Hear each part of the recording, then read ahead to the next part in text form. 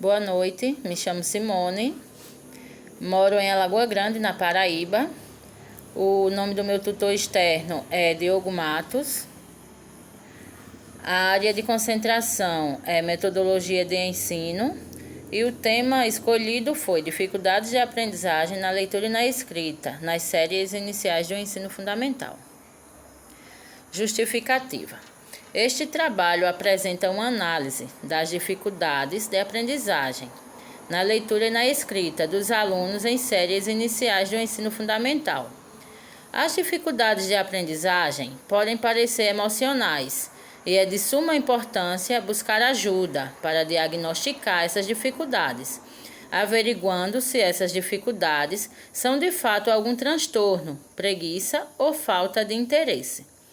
Dentre os distúrbios de aprendizagem, nota-se com maior frequência e intensidade a deficiência na aquisição e desenvolvimento da leitura e da escrita. É de fundamental importância os pais irem buscar ajuda, porque só assim vão descobrir se o motivo dessas dificuldades que algumas crianças têm, porque às vezes eles podem presenciar alguns conflitos entre os pais, entre família, até mesmo na escola pode até acontecer, e isso gerar uma certa dificuldade nas crianças. Objetivos: averiguar a distinção entre as dificuldades e os transtornos de aprendizagem. Investigar as dificuldades de leitura, escrita e aprendizagem dos alunos e o papel do professor ao lidar com esse problema escolar. Analisar reflexivamente o processo de leitura e escrita. Fundamentação teórica. Na fundamentação teórica, eu botei uma citação direta curta, uma citação direta longa e uma citação indireta. Na citação direta curta, Silva, 2013, página 66, considera que as dificuldades de leitura provocam consequências negativas na aprendizagem de todas as outras áreas de conhecimento, pois na esfera científica, o texto escrito é o principal instrumento de circulação do conhecimento. Silva quis dizer que quando a criança tem dificuldades de leitura, toda a área de conhecimento é afetada, acontecendo uma sequência negativa na aprendizagem.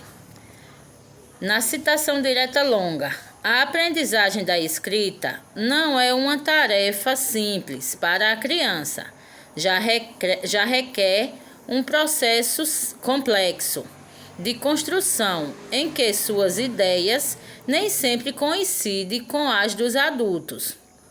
Para ler bem, é preciso escrever bem.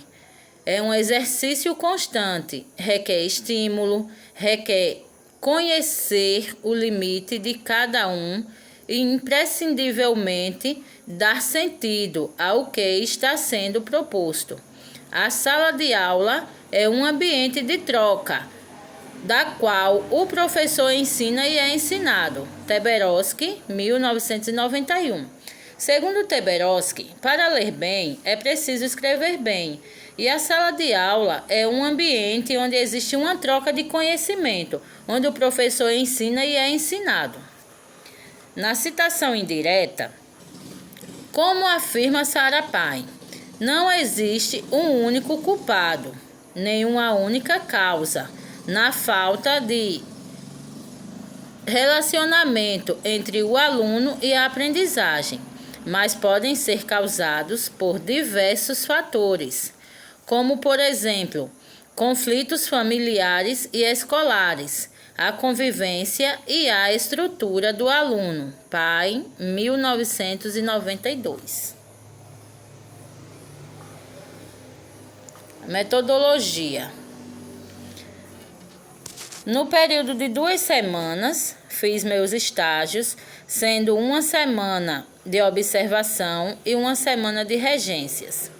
Na primeira semana, fui observar na escola e na turma concedente, como de fato é feito o trabalho da educação infantil. Quais metodologias são usadas durante as aulas e como os alunos absorvem cada método transmitido. Durante a semana das regências, tive meus objetivos alcançados, obtendo pontos positivos em relação à aprendizagem dos educandos. Cada dia foi um momento de aprendizagem para mim, pois aprendi muito com as crianças. Observação. A Escola Municipal de Ensino Infantil e Fundamental, Instituto Desembargador Severino Montenegro, funciona os 2 horários, manhã e tarde.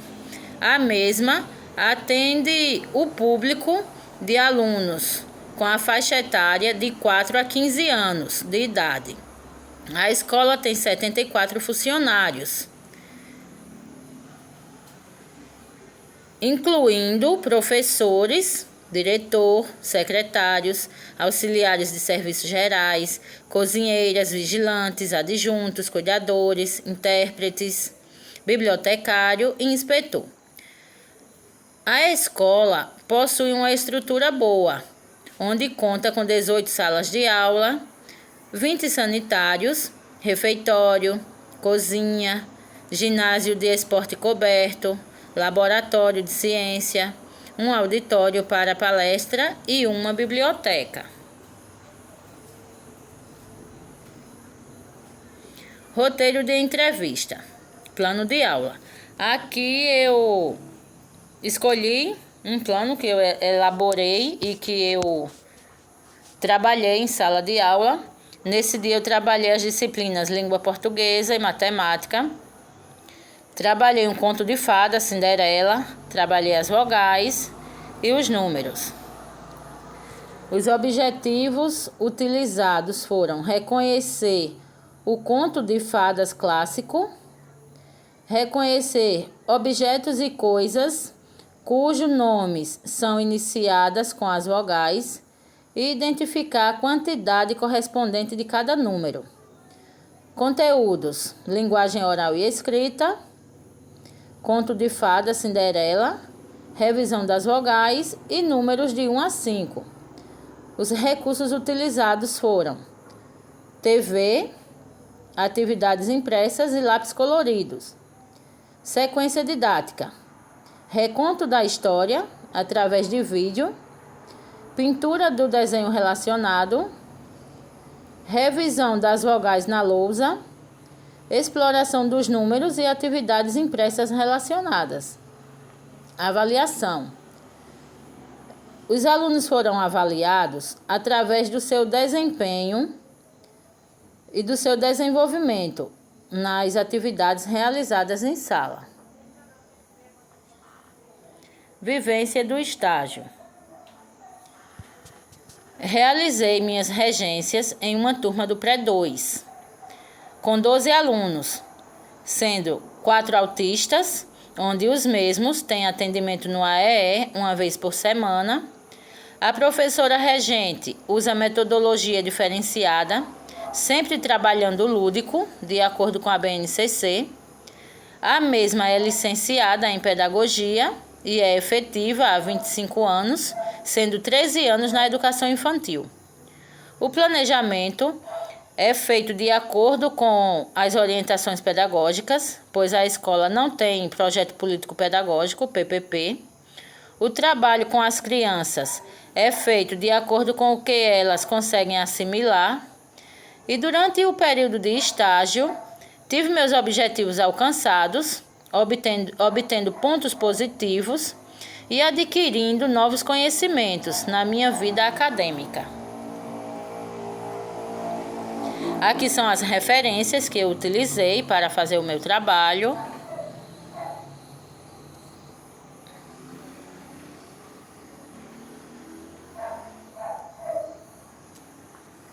E aqui eu deixei essa pequena mensagem de Jean Piaget. A infância é o tempo de maior criatividade na vida de um ser humano. Jean Piaget. Esse foi o meu trabalho e obrigada.